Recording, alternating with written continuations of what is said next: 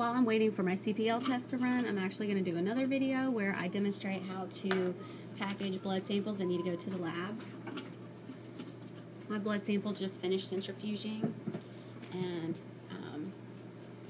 you can send it just like this, or you can go ahead and pour off this serum into a red top tube, and you want to have a EDTA tube that with blood that's filled up to the mark there, right there. It's different for each purple tube, but you want to make sure that you fill it to the correct amount, because if you underfill it, then it may alter the sample. Your erythrocytes can be shrunk. And then you want a IDEX lab request and an IDEX bag, and you drop it all in there. There's a special little slip pocket, and just put this in your outgoing box or in the refrigerator until it's ready to go out with the night sample. I'm going to demonstrate how to package a cytology to go out to the lab. I am videotaping myself, so I'm going to do it in a couple of different quick videos so I can turn it around. Next, I'm going to show you how to print a requisition. I'm going to demonstrate here is where we print out our IDEX requisitions for whenever we're sending out blood work or biopsies, urinalysis, or cytologies.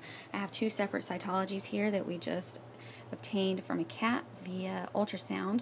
We did an ileocolic mesenteric lymph node, and we also did a liver mass. Now I have designated the name.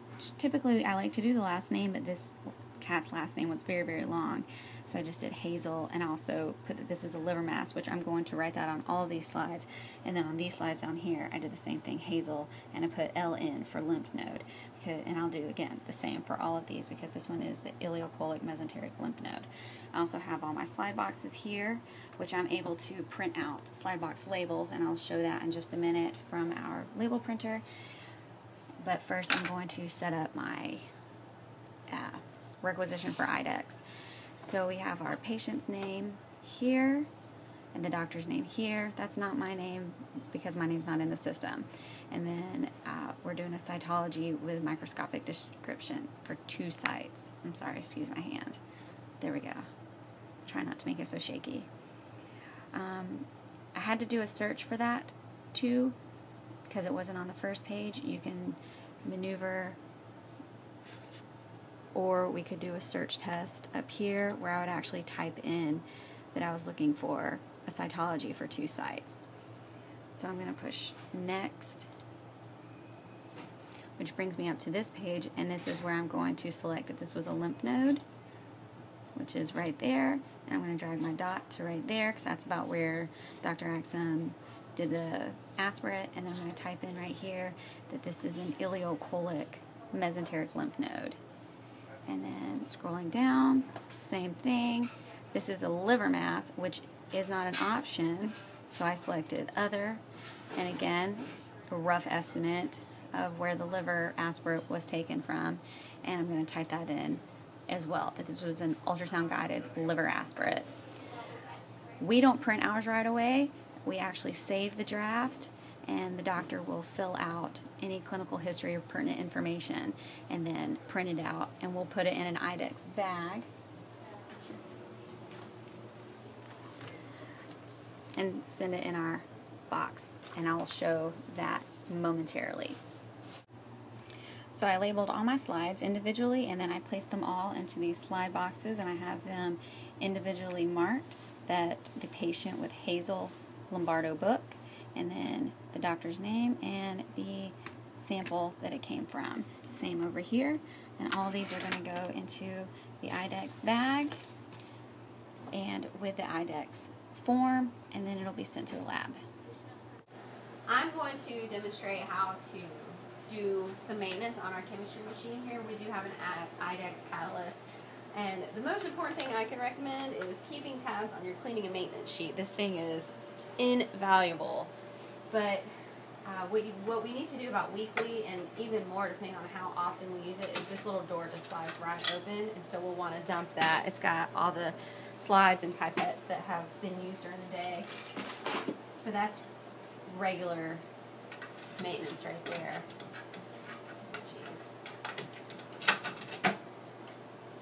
yes, the waste drawer is empty. So we're going to clean the analyzer, and then this is going to prompt us through doing anything that we need to do. But we push that, and we can pull this door down and slide, and this opens up the world of the analyzer for us. First thing that we can note is just, this actually doesn't look too bad because I just did it recently, but usually there'll be a lot of just dried flaky blood around here, and you can take this cup out, and you'll want to use a soft, I use gauze and alcohol to just wipe, so you can see all of the, actually that does look pretty bad. You just want to clean that all up. And all the pieces will want to be dry too, so as I wipe them off, I usually leave them out to dry off before I put it right back in there. Any leftover samples will be in here, and we can take those out and throw them away.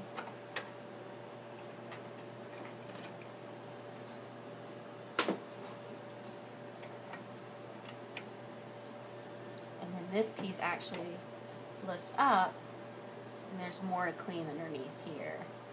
We'll take this piece off, and again use a gauze square. You can also use the lens cleaner if you have any of those little lens wipes. We want to wipe off that white dot and kind of dust off the rest of this around here.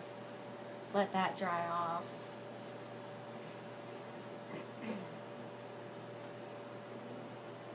And then I just kind of wipe around, get all the dust and blood specks that might be laying around. A lot of times it's really easy to see over in this corner. Might be some schmutz in there we need to clean up.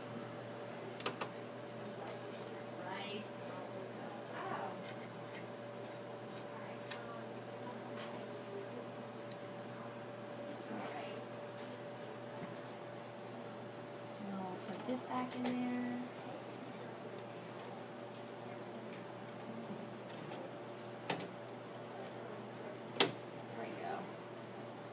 You want to treat everything, be gentle with everything. I mean, this is a really expensive piece of machinery, and I can guarantee you that your practice manager will not be happy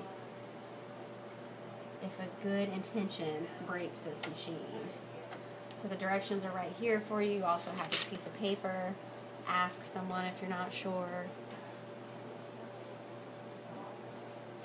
This is still just, I'm just going to wipe this off a little bit more.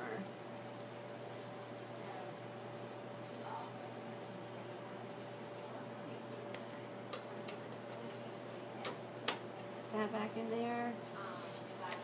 So once we replace everything, we can now close the door.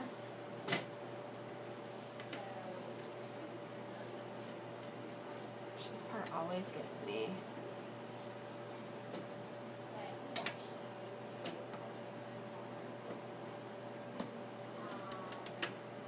Good grief. You want to pause? Yeah. And just edit that out.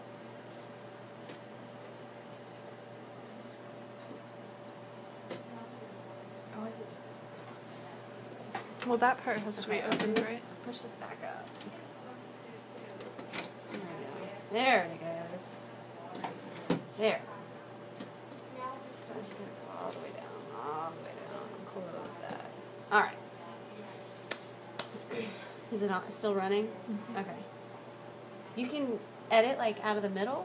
Mm-hmm. Okay. And then we'll hit done.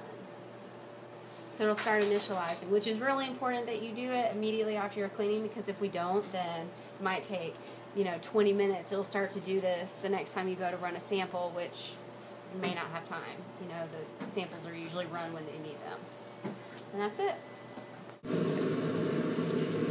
Okay, so I'm going to demonstrate how to do a snap test here. The most important thing, the first thing that you want to do is, as soon as you know that you need to do one, go and get it out of the refrigerator, because it needs to be room temperature. The directions actually say that it should stay out for 30 minutes. One little trick that I've seen done is that you can put it under your arm to kind of up a little bit faster.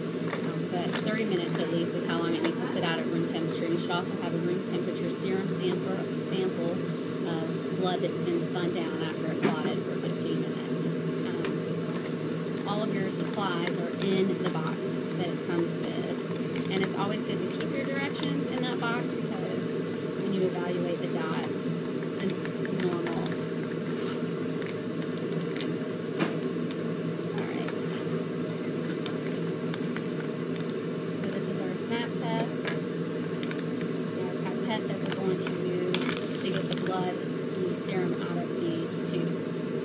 And you do 3 blood, R-E-D, and then 4 conjugate that happens to be blue and is also 4 letters, B-L-U-E. So that's an easy little tech tip.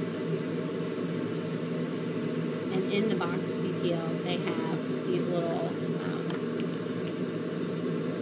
pipettes there that you can, or not pipettes, but little tubes to mix it in. So we'll go 1, 2, 3, R-E-D.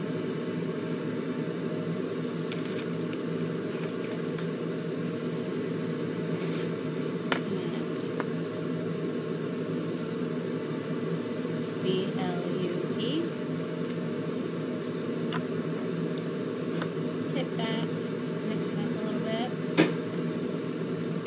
And now this well is going to be the well that we're going to put our sample in. And we're going to sit and watch it until blue goes all covers, like this will turn blue, and then you'll see blue kind of creep up and cover this. And once you start to see it at the top of this dot is when we're going to snap it. And it's a pretty hard snap, and you want to see it go flush. So drop that whole thing in there. It takes a few seconds, and we'll just watch it. And I don't know if you can see that, but it's creeping up. And so as soon as I start to see it peek into that top dot, the control, then I'm going to snap it. It's there. See how it snapped flush. And now we leave it here and let it incubate.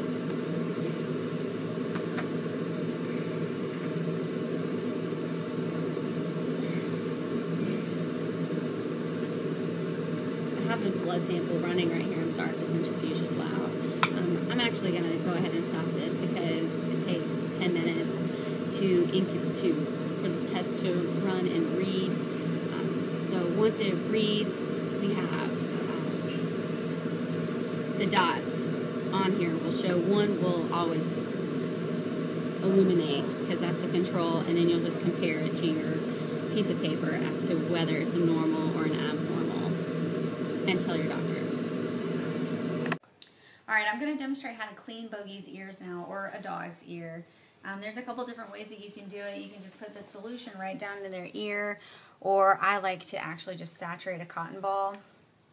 The most important thing that we do is to get the solution in his ear canal. Hey, big boy. So I'm going to stuff the saturated cotton ball in his ear canal, then gently pull his ear, because his ear canal is actually shaped like an L, so we want to straighten that up a little bit, and then massage.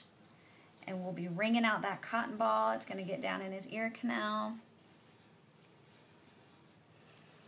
And we will take that cotton ball out. You might want to lean back a little bit, and he'll shake. And that's going to get the debris out of his ear. Hi, baby. And I'll take a dry one after that to put it in his ear. And I will do the same thing, this time actually trying to wick the moisture up into the cotton ball. And you're going to want to massage down his ear canal, which will break up the debris that's down in there. And we can take that cotton ball out and see it's wet and it's got more goop on it.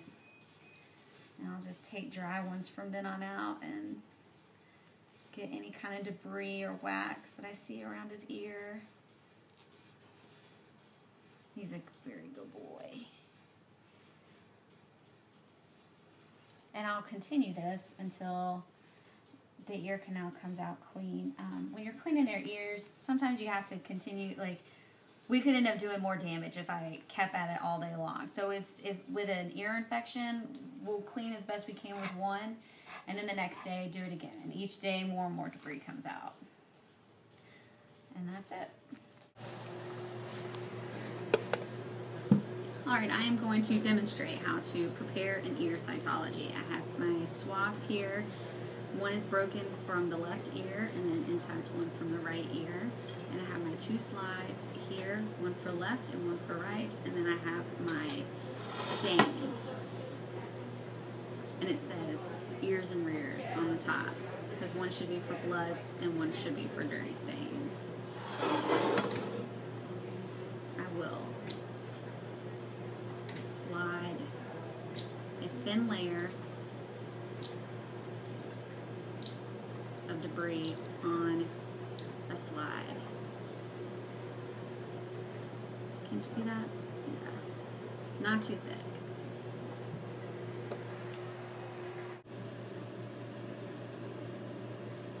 I'm going to prepare this ear cytology. I have my sample, I have my slide. You roll it on. Just enough to see it. You don't want it real thick, unless we were looking at ear mites, in which we wouldn't even be staining it. That's a different procedure altogether. You roll it on there, thin layer like that. And now typically we have all three: fixative, stain, counter stain, but you don't use a fixative for an ear cytology. We actually just heat fix it. So run it over the heater, over a lighter for a few minutes, a few seconds actually. Just enough until you start seeing black on the bottom of the glass is a good way to gauge it. And we'll use a Kim wipe or a gauze, which I'm actually doing right. Darn it. There we go. Wipe that all off. And proceed with staining. The most important thing, like everything else, is to just be consistent. Some sources I've read use 15 seconds, some use 30 dips, 15 dips. Just be consistent. I usually do 30. And I'll do 30 here, and then I'll very carefully rinse it. And then we'll let it dry, because you don't want to mess up the sample, so typically kind of let it dry. You might have some paper you can use to blot it dry if you're in a hurry, if the patient's waiting for an appointment. And you just blot it, don't wipe it. And we'll read the slide under immersion oil, and I'll meet you back there. Alright, now that my slides had time to dry, I'm going to examine it microscopically. And the first thing I'm going to do is to put it on there and turn the light on and put it into focus into the lowest magnification. I'm going to evaluate the distribution of my debris to see where the best area, best field for me to examine would be. Most of it's pretty evenly spread out. There are a couple of areas of dense population where there was some stain uptake, so I'm going to actually focus in on that. I'm going to drop my slide down and put a little drop of immersion oil.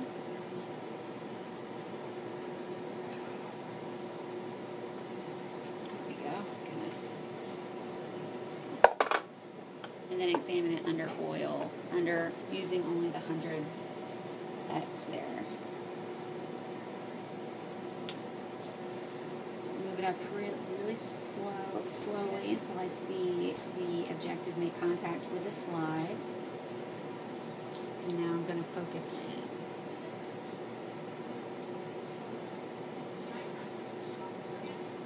And now the important thing that I'm going to want to do is to not only identify what organisms I see, but I'm also going to want to quantify them with how many per high power field I'm seeing. My light's a little bit low, so I'm going to turn that up. And I'm just going to scan my slide now, and organized S going back down like that. I'm going to count a few fields.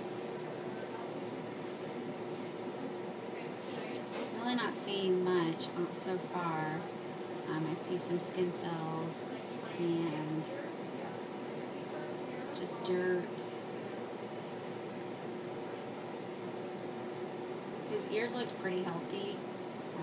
Just a lot of brown debris and not even that much. So I'm really just anticipating some yeast, maybe a few bacteria. So far, I see 1, 2, 3, 4 yeast in this field. And my next field, I see 3 yeast. Scanning. Maybe 1 or 2 yeast. I'd give this a rare yeast. I would let my doctor know that I'm seeing rare yeast on this cytology.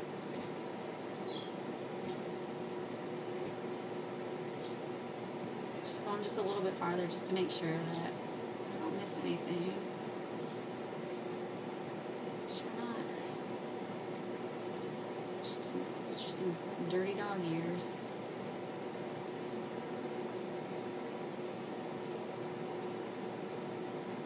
Alright, so I'll just want to make sure that I notate that in his chart, noting how many yeast per ear. You know, maybe not, and it's important to do both ears because his right ear might have bacteria in it and his left might just have yeast. So it's important to notate per ear organisms per high power field. Go. I am preparing this patient for a necropsy. I have him strapped, taped down so that he won't roll around, cover his face, and I'm just going to shave all of this down. Good stuff. Okay. Yeah. Okay. We have performed a cosmetic necropsy on our patient here. Sorry, the dog barking in the background. And the point of the necropsy is to look inside and look for any abnormalities. It's really important that we be wearing gloves, mask, and gown in case this patient had any kind of viral disease or anything that might be zoonotic. If this patient was a rabies suspect, and we wouldn't have done any of this, we would have just cut off the patient's head, decapitated him, and sent that to the laboratory. Go ahead, Tab. So upon the necropsy examination, we did notice that one of the kidneys was very irregularly shaped, and while this kidney is already longitudinally transected, I am going to take a triangular full thickness section of this one to send to the lab, and then I will transect this one in half and send half of this kidney to the lab because it's very irregularly shaped. And then also, come on a little closer, notice some nodules along the liver, and I'm going to take a full thickness section of this liver, and I'll be sending both of these off in formalin to the lab. I could also take impressions of the kidney if I wanted to do that, and I'm going to take an impression of the kidney, pressing the kidney against the slide. It's very wet. I'm going to let that dry. And then I'm also going to take It's important to remember that you have a 10-to-1 ratio of formalin to your sample that you're sending off.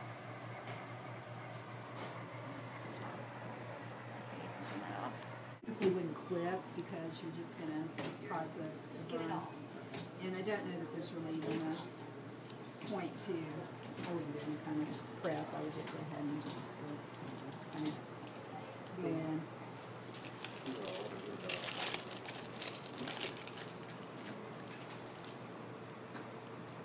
And we're not getting culture, we're just using sterile things, so we're not putting anything in the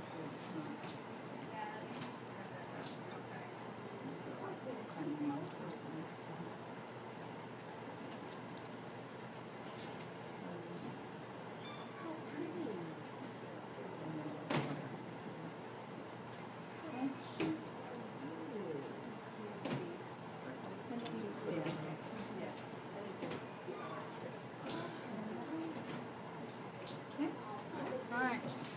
Thanks. You can pause now. Want to smear it?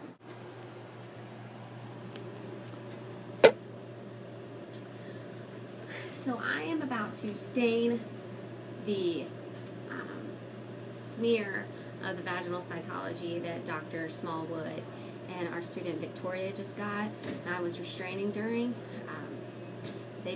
We smeared it right on the slide just like you would an ear cytology. And my fixative is really low in here, and it's reorder time. We don't have any more. So in a pinch, you can always use a clean pipette and actually just drop it onto your sample and let it sit here for the 30 seconds, or 30 dips if you will, that you would do if we were dipping it. And that's what I'm going to do here.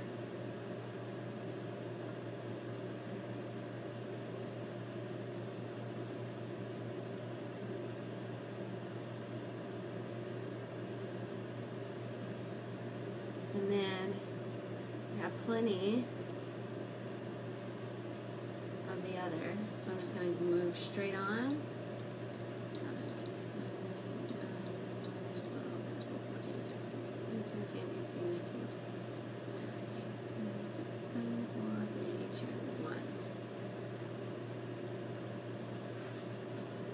And on to the counter stain. This one's a little bit lower. 4, 5, 6, 7, 8, 9, 10, 11. I'm going to finish dipping this, rinse it, let it dry, and meet you back here for reading time.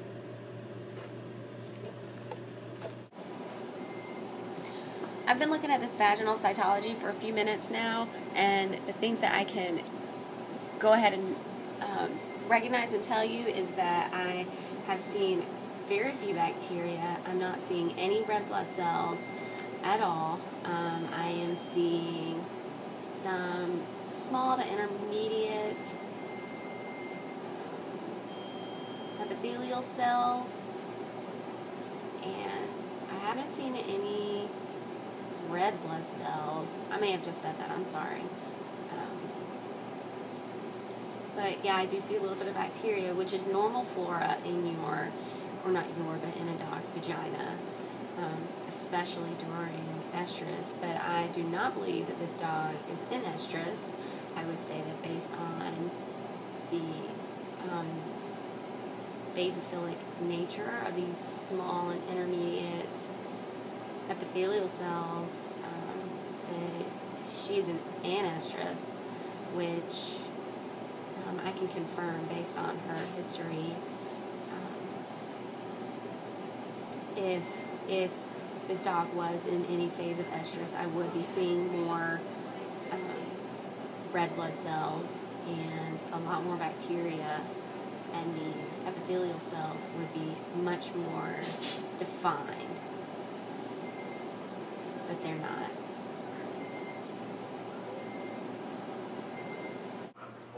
Go. Alright, so I'm getting ready to do my cross-matching project, and the first thing I did was draw blood on my two patients and have them clearly marked as donor and recipient. And I have my saline, the centrifuge, and my test tube set up for where I'm going to place the supernatant one side, centrifuge, my EDT top, and then washing. I have everything set up right here. So I have just gotten my EDTA tubes out of the centrifuge, and I'm about to decant the plasma off of the red blood cells, and I've already taken my serum and put it in a red top tube out of the centrifuge from over there. So I'm going to carefully pour this out of there, pouring really, really slowly as to not lose any red blood cells. I could probably do a little bit more off of that.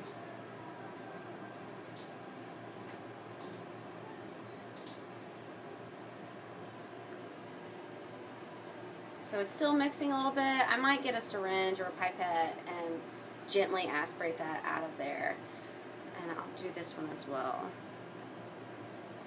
This is a lot trickier.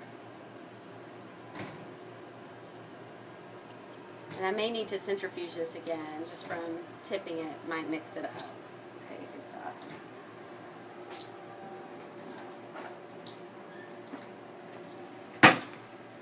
Gently just placing the tip of this.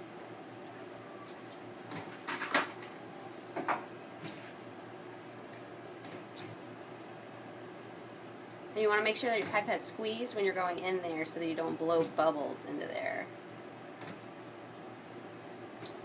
That's working a lot better. Ooh. You don't want to cross-contaminate, so don't use the same pipette.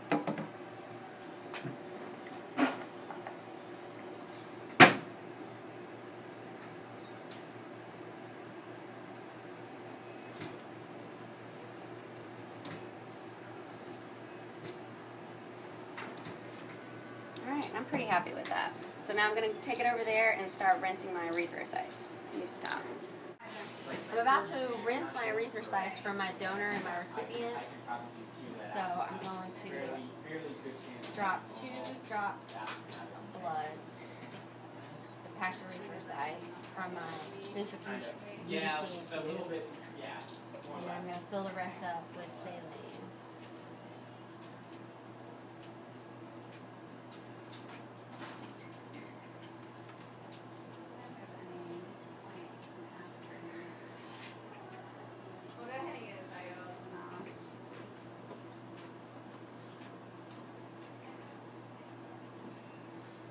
Have everything clearly marked with D and R for donor and recipient.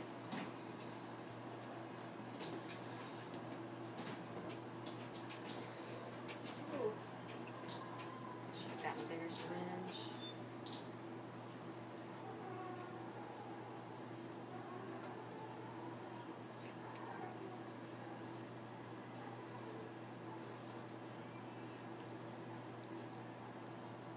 These are all clean pipettes here. I'm going to use this to gently mix it.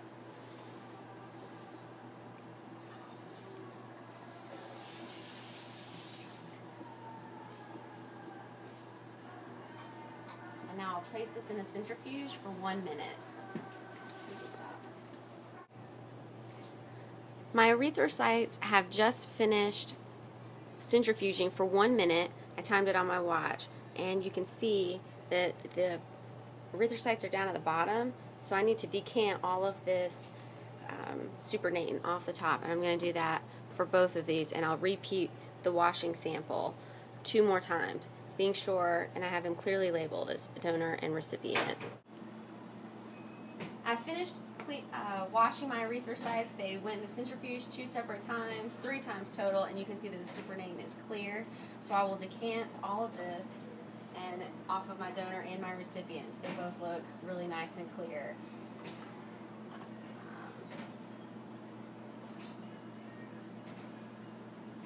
Follow me over to the sink.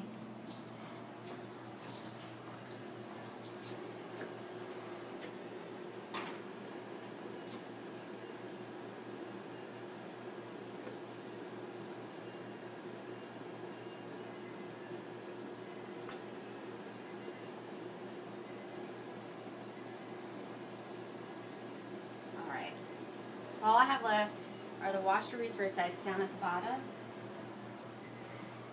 And I've got a new test tube, new clean test tube, donor, saline, and a 1 ml syringe. Because I'm now going to make a suspension that has point. Oh God, lost it. Go. Okay, so I have my station set up here. I have my donor and recipient erythrocytes washed and in a 2% solution with saline, and I have my serum from my donor and my recipients, and then I have 2 clean test tubes for my major and minor cross-match, and then my controls are back here. I have an abundance of clean pipettes to avoid any cross-contamination. So to do my major cross-matching, I do 2 drops. Let's give this a little swirl. Open up my serum.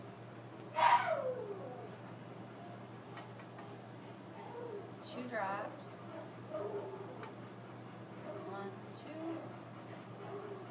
And then 2 drops of serum. 1, 2. For my minor, I'll do donor serum.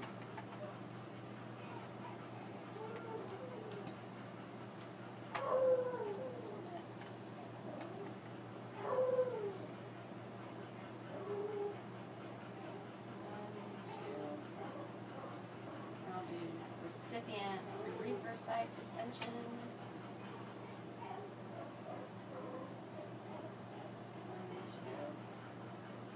Now for the controls, you do same. So I'll do donor, serum, and erythrocytes, recipient. So I'll do donor, and then donor serum also. And this is the test for autoagglutination. And then recipient will go in as control.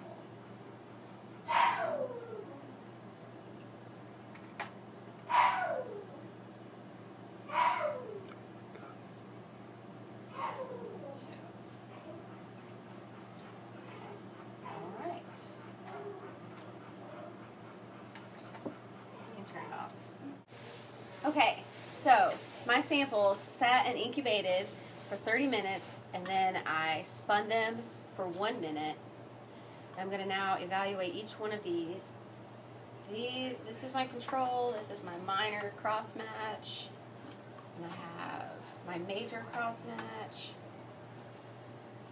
and my other control. So I'm going to evaluate this for any kind of hemolysis, which is redness in the serum. There's a little bit in this control. I see a little bit of pink in there. And this control, I don't see too much. So on my major and my minor cross match, there's a little bit of hemolysis in my major cross match, in my opinion. My minor one looks really clear. So I don't see any agglutination. There's really no floaties. But now I'm going to check it microscopically and put a little bit on a slide.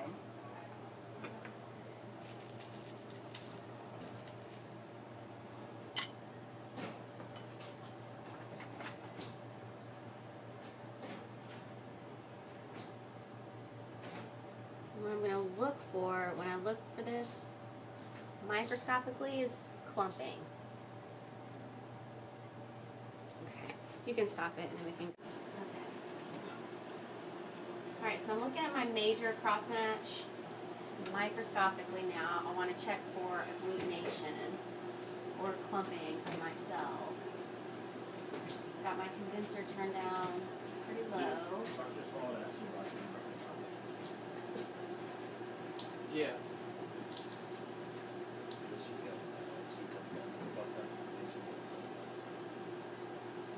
Alright, here we go. Yeah, it was. Took it out.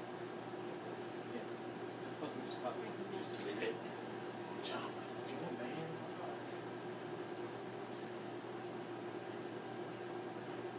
Okay.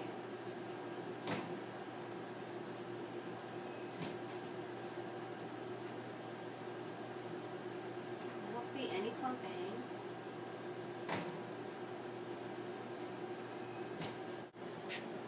So I switched it out. My major was clear. There was no agglutination. And now I'm looking at my minor. Getting it in focus.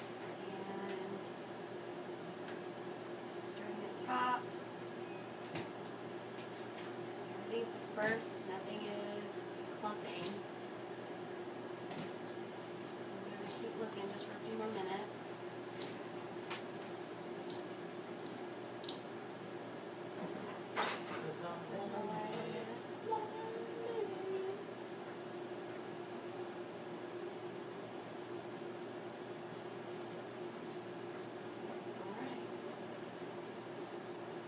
So I feel good about saying that there's no clumping on either one of these slides, and with slight hemolysis shown only on one of my controls, that these would be a good match to do a blood transfusion.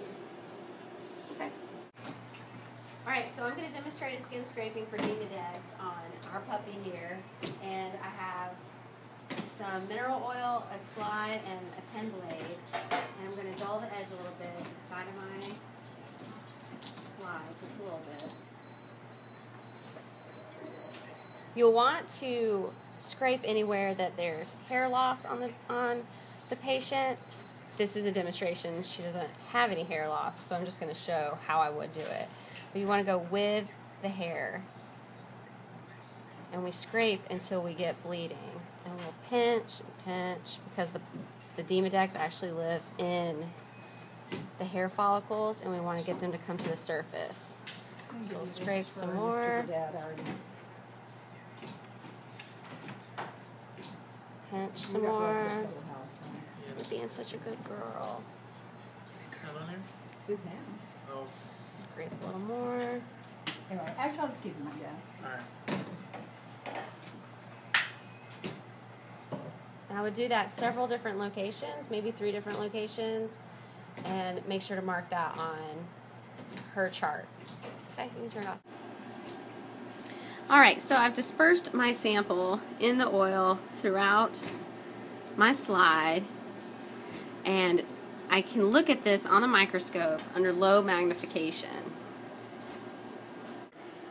Alright, so I'm examining the skin scrape on medium on 10x, and you want to, once I get it into focus, there we go. You want to keep your hand on the fine adjustment knob and change your field constantly as you're going around, and I may see either eggs, juvenile, live adults, dead adults. I could see anything on here. You'll want to scan the slide in a systematic fashion, and that same S that we look at ear cytologies, and ear cytologies, everything else. But they're really big, so they're kind of hard to miss.